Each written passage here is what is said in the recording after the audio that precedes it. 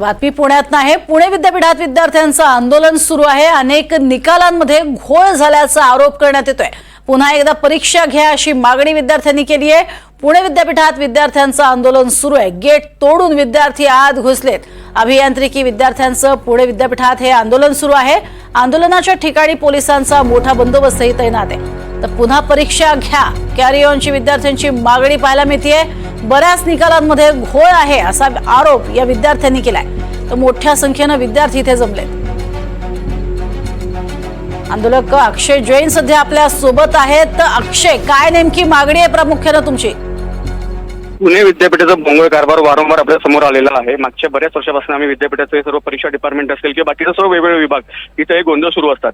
आता मागच्या काही दिवसापासून आपण बघितलं असेल निकालांमध्ये 5 तारखेला निकाल लागलेला, आजची 14 तारीख आहे। 9 दिवसात वारंवार निकाल ऑनलाईन बदलला जातोय। 22 mark, 16 mark, 18 mark grace mark दिले जातात आणि काही मुलांना ते ठराविक मुलांना ते दिले गेलेले आहेत आणि काही मुलांना ग्रेस मार्क दिले गेलेले नव्हते।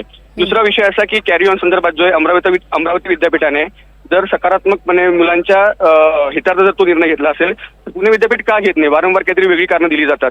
तर अशा बऱ्याच विषयांना घेऊन आम्ही चाललेलो आहोत। दुसरा एक की 2 वाजेचा पेपर 1:45 50 मिनिटांना मुलांच्या मोबाईलवर येतोय, टेलिग्राम ग्रुपवर येतोय। हे कसं काय होतंय आणि यांच्यावर कारवाई होत नाही, त्याच्याबद्दलचं स्पष्टीकरण विद्यापीठातर्फे दिला जात नाही।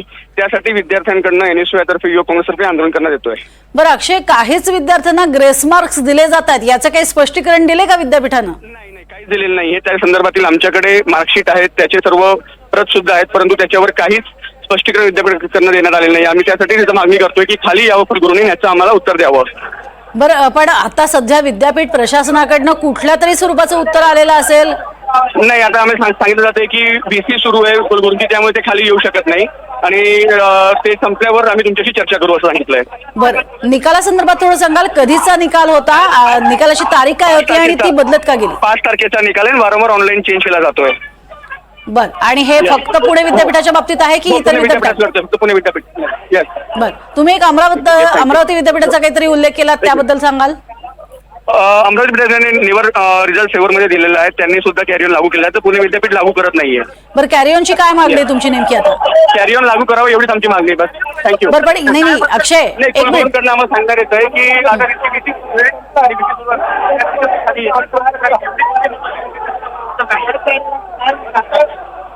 आता काय आंदोलनाची आता तुम्ही इथं बसताना काय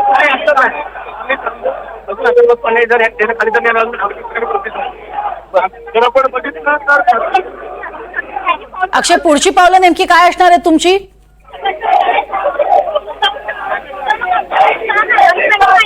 अक्षय, तुमच्यापर्यंत आवाज पोहोचतोय? काय नेमकी पुढची तुमची आता दिशा असणार आहे? कशा स्वरूपाचं आंदोलन असणार आहे? काय म्हणता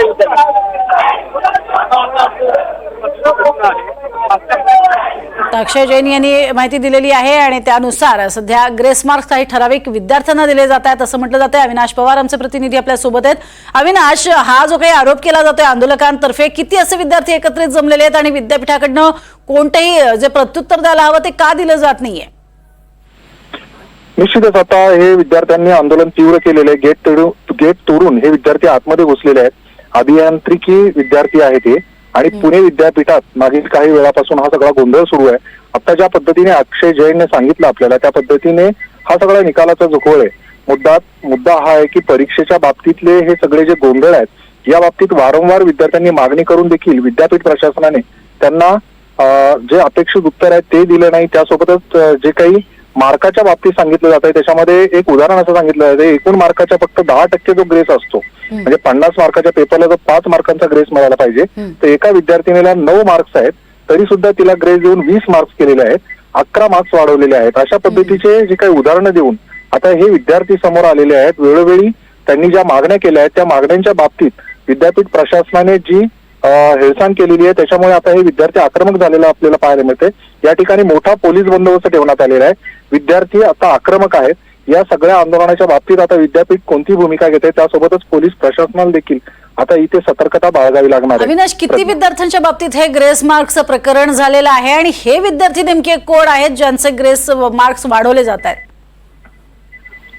निश्चितच आता त्याविषयीची माहिती आपण त्यांच्याकडून घेतोय। अक्षय जैन याने आपल्याला जी स्पष्टीकरण दिलंय त्याच्यामध्ये त्यांनी ती माहिती दिलेली आहे। मात्र एकूण किती विद्यार्थी आहेत आणि किती विद्यार्थ्यांच्या बाबतीत हे घडलंय हे सगळी आता माहिती आपल्या हातात येईल, ती आपण स्पष्ट करू। मात्र त्या अगोदर मी ज्या पद्धतीने स्पष्टीकरण दिलं तसं एका विद्यार्थिनीच्या बाबतीत जे उदाहरण आहे ते सांगतायत आपल्या समोर. आता या विद्यार्थ्यांशी बोलून आपल्याला समजू शकेल की निश्चित त्यांची काय मागणी आहे. आपण याविषयीचं लवकरच स्पष्टीकरण देऊ. प्रज्ञा, अगदी अविनाश, मात्र इंजिनिअरिंगची परीक्षा ही काही इतकी सोपी नाही की पुन्हा ती परीक्षा घेणं, यावरती आता नेमकं काय स्पष्टीकरण विद्यापीठाकडनं दिलं जातंय आणि इतर विद्यार्थ्यांच्या सुद्धा काय भावना आहेत काही कळू शकले का? निश्चितच प्रज्ञा, आता जे आंदोलन सुरू आहे त्याच्यामुळे या आंदोलनावर आपली नजर आहे. त्यासोबतच विद्यापीठ प्रशासन देखील आता थोड्याच वेळात आपल्या समोर येऊन याविषयीची भूमिका त्यांची स्पष्ट करतील, तेव्हा आपल्याला समजू शकेल. आपण त्यांना संपर्क करत आहोत आणि थोड्याच वेळात आपल्याला याविषयीची माहिती मिळू शकेल. प्रज्ञा, अगदी, पण हा जो भोंगळ कारभार आहे त्यामागचं काही प्रमुख कारण कळू शकलेलं आहे का? कारण 5 तारखेला निकाल होता आणि आतापर्यंत वारंवार निकाल बदलले जात आहेत असा सुद्धा आरोप आहे जैन यांचा. निश्चितच, कारण 5 तारखेला परीक्षा झाल्यानंतर आता जवळजवळ 14 तारीख आहे तरी देखील अजून त्याविषयीची कोणतीही भूमिका ही घेतलेली नाही. वारंवार ज्या पद्धतीचा हा जो कारभार आहे तो समोर येतोय, या बाबतीत विद्यार्थी नाराज आहे. आणि जर अशा बाबतीत विद्यापीठ प्रशासन काहीच भूमिका घेत नसेल तर निश्चितच हे सगळं संशयास्पद आहे. आणि या बाबतीत आता कोणती भूमिका घेतली जाते हेच आपण पाहत आहोत. याविषयीची स्पष्टता येताच आपण ती आपल्या सगळ्या प्रेक्षकांसमोर मांडणार आहोत. अविनाश, सगळ्याच्या सगळ्या पेपर संदर्भात हे झालेलं आहे की एका केवळ पेपर संदर्भात झालंय, याबद्दल काही कळले का? प्रज्ञा, आता त्याविषयीची माहिती आपण घेत आहोत आणि ते ठराविक पेपरच्या बाबतीत घडलेलं आहे, सगळ्याच्या सगळ्या पेपरच्या बाबतीत घडलेलं नाही. मात्र त्यांनी जसं सांगितलेलं आहे की परीक्षा 5 तारखेला झाली, त्यानंतर ऑनलाईन हे काही विद्यार्थ्यांना पेपर आले, या सगळ्या बाबतीतली जी काही म्हणजे गोंधळाचा कारभार आहे तो अगदी संशयास्पद आहे. आणि एकूणच आता विद्यापीठ जेव्हा ही भूमिका मांडेल तेव्हा आपल्याला हा सगळा कारभार असा का झालाय आणि विद्यार्थ्यांचा आरोप हा काय आहे हे सगळं स्पष्ट होईल.